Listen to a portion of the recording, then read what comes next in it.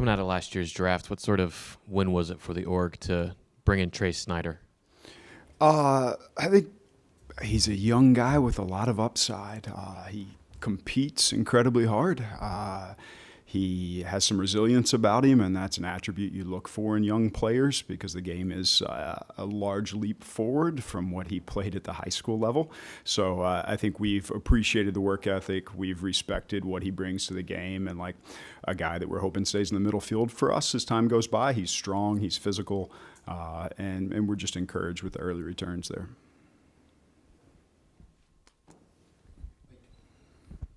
How do you feel about the overall state of the farm system now as compared to maybe a year ago or when you took over or whatever? Yeah, I think also very encouraged. I think on the hitting side, we've taken some massive leaps forward in programming and staffing. I think we're seeing it on the backfields bear out with a lot of bats coming alive. I think we've taken some huge leaps forward there.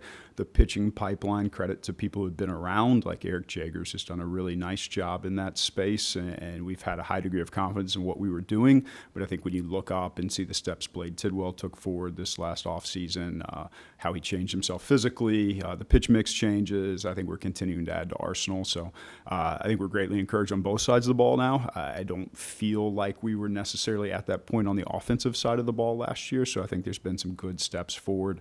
And I think we're seeing it bear out, not just in our top tier prospects, but even a level down, like many more interesting pieces in spring this year than relative to last year. Well, when you see a guy like Acuna come up at the end of last year and have the success he did, how does that validate a little bit? Yeah, I think what we loved about him was his ability to defend the middle of the field incredibly well, which is what you desperately need when you're in a pennant chase. And then what he did with the bat was an extreme bonus. He swung it incredibly well in his brief time up. He's got high ability to make contact at an incredible rate. He can run, he can defend. You put those three things together, it's the start of a really good big leaguer who can be an impactful guy for a long time. And now it's just the consistency at the plate as he continues to grow and mature. So it's a great start, and we're looking forward to seeing more from him. With the changes you all made to the offensive infrastructure, I guess, how quickly can you see returns on that? I don't mean like at the major league level, but individual returns. Is that something that guys can put together, early in the season, or is it kind of let's go through a season and off season and then see what pays off? We're seeing returns now in the quality of the work, the environments we've created for guys to improve, their adaptability to those environments, their work ethic, and their hunger to be challenged. Credit to Jeff Albert and Kevin Mahala, Daniel Nicolais, and kind of our hitting leadership. I think it's been a radical shift in that space, and it's been fun to watch play out on a daily basis.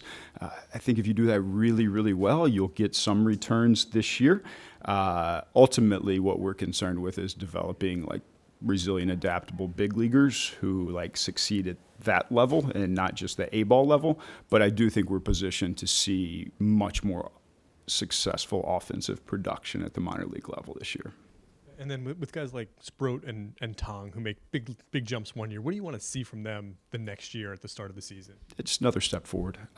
Even with what they did and the encouragement we found in what they did, there's more for them. Like, they're not complete big league pitchers yet, and they've got growth out in front of them. We're seeing some things with Jonah that are exciting.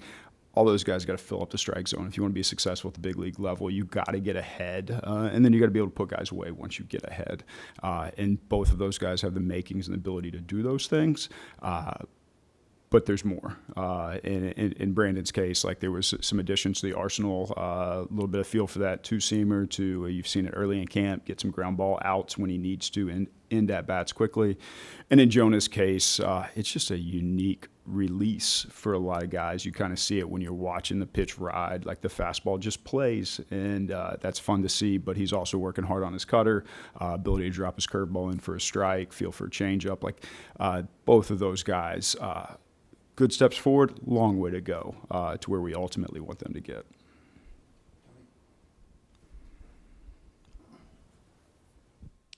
Question about Ryan Lambert. I think whenever a team drafts a reliever, the outside world says, "Oh, this guy can come really quickly." A college reliever. How true is that with him, and what do you need to see from him for that to be a reality? Yeah, he flashed elite velo in a very small sample at the end of last year. As he ramps up this year, you're seeing some similar velo. It's a tick down early, but we actually probably like that if we're being honest. Like coming into spring training, you're not wanting to see everybody at their elite velo at that point in time. But for him, it strikes. The heater really rides. It's a unique pitch profile. He can spin it in the zone with a slider. It's like kind of the classic reliever two-pitch mix that might turn into something a little bit more in time. But if he fills up the strike zone, his stuff is going to play. And there's enough in him from a competitor standpoint that you can have some confidence in the type of person that he is. And there's so many small things that I think we're dealing with now. Credit to our system and our coaches relative to the past. Just like he was working through tipping. This is something we usually hear happening at the big league level. We're doing it on the backfields right now. We're helping young guys address stuff that you've probably seen in written stories about guys show up in the big leagues and they had no awareness of what they were doing. So I think credit to our infrastructure, recognizing some things, having guys deal with stuff early on, causing a little bit of frustration, but knowing on the other side of that frustration is a guy who's going to be better equipped to compete in the big leagues. So I think we're encouraged by his hunger for that type of a challenge and to understand, like, we're not really just preparing you to be successful at A ball or double A. Like, the only thing that really matters is if you succeed in Queens. And just on Drew Gilbert, what is the plan for him in terms of getting into games and what the start of his season is going to look like? Yeah, we're still playing that day by day with him. He's moving forward. He's made a lot of progress with the hamstrings. And I think where he's at right now, he's taking a lot of live BPs. I know you guys had a lot of attention to a live BP he had against Diaz in spring training. He's getting a lot of those at-bats. We're hopeful to get him in games soon. We're listening to his body is it's the main determinant of when he can start to play. The conversations we have are built around the same kind of conversations you have in the big leagues. Opening day is just a day, although it feels drastically different to people. You got 162 games scheduled out in front of you, and if you miss 4 or 5 on the front end, not the end of the world. I know he wants to go when it's time to go, but I think we'll continue to use as much wisdom as we can so he can play as many games as possible. Just to follow up quickly, you said hamstrings, plural. Is that what exactly is he? I think he's just working through some soreness that is all pretty much gone away right now. And I think he's in a pretty good spot there.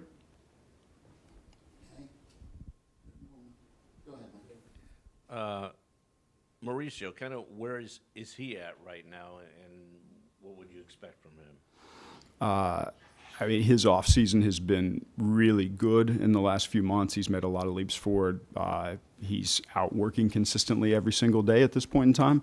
I don't know that we have many people in all of professional baseball hit a ball much harder than he can when he really gets into it. So it's a pretty good place to start, really athletic and can hit the ball really hard.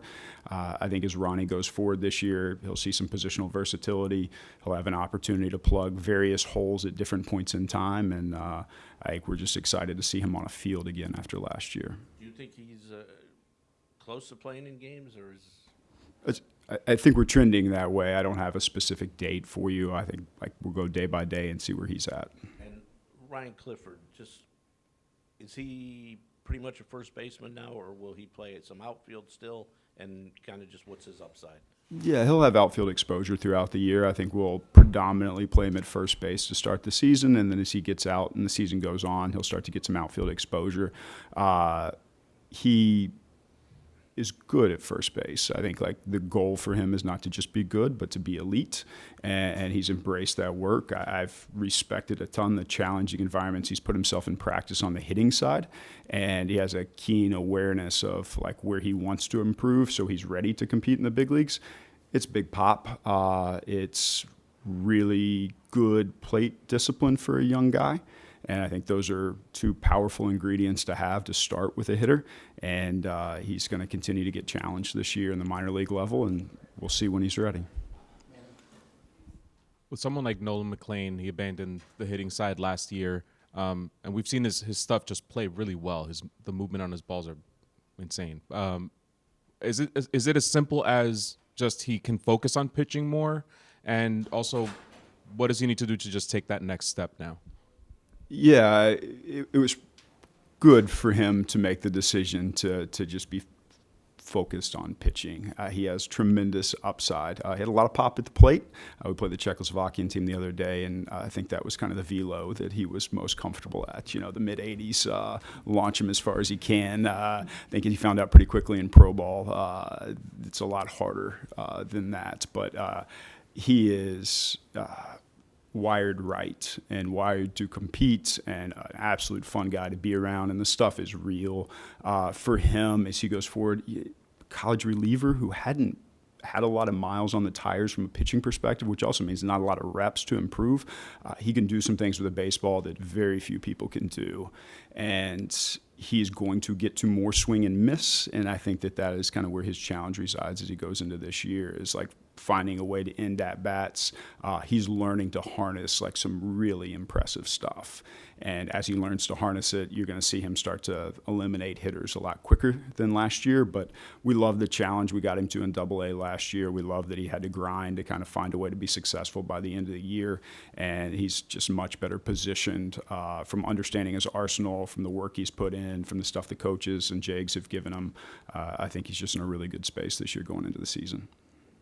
And also, just back to Ryan Clifford, he mentioned that he focuses attention a lot on hitting fastballs. Have you seen any improvements in that area, and just what else does he need to work on I know he got a lot better in the second half of last season, but just to continue that progression. Yeah, I love when guys have awareness of kind of like where they want to focus their effort and energy, and his is placed in the right place at this point in time. So I wouldn't complicate it for him. I think if he continues on the path he's on and is focused on what he's focused on, he's on the right path towards success. Has Matt Allen gotten in a game yet?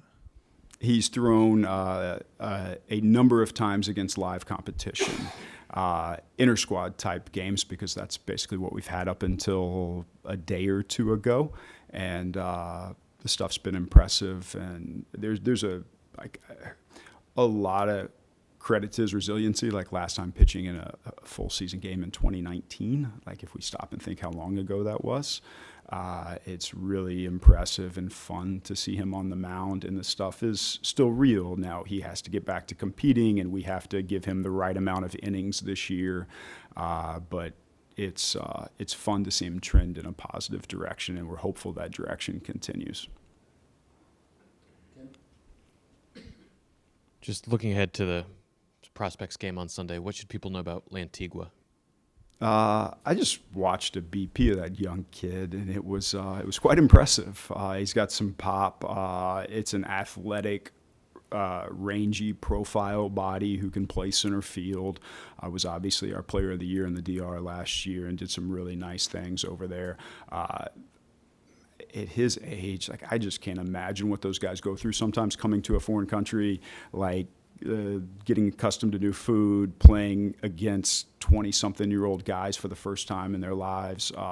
There's a long road for him to get to where he wants to go, but his effort and energy have been really commendable early in camp, and like he's on the field with a smile on his face. I think those things, given what those guys go through to go to another place and play, those things are really encouraging to see. And we're just going to watch him compete for now and see where he goes. And what about Bohan Adderley, besides having a great name?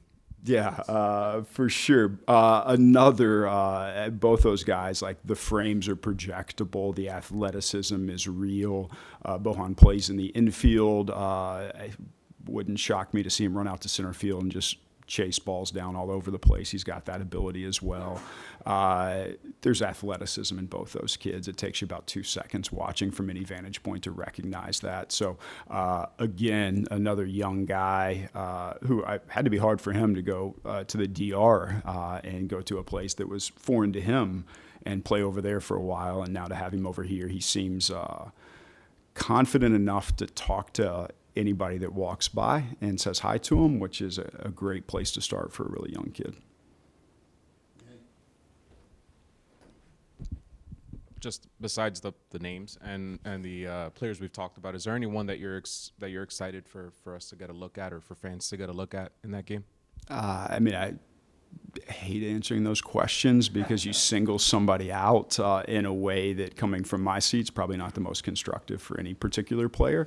Happy to answer any questions on any guys. I think what's exciting for me is watching how hard the rehab group and the coaches, our PTs, have worked to get guys like Matt Allen, Raimon Gomez, Dylan Ross, get those guys back to competing right now. They haven't been officially in games, but those are long roads, and those guys, it's a tough place, and they've been buoyed by our staff's resilience and resolve every day, and it's been fun to watch that group on the mound in spring training. We got another guy in Luis R. Rodriguez who's about to make his way back to pitching against live hitters, hopefully here really soon. It's always touch and go in the rehab space, but you're really hopeful he is.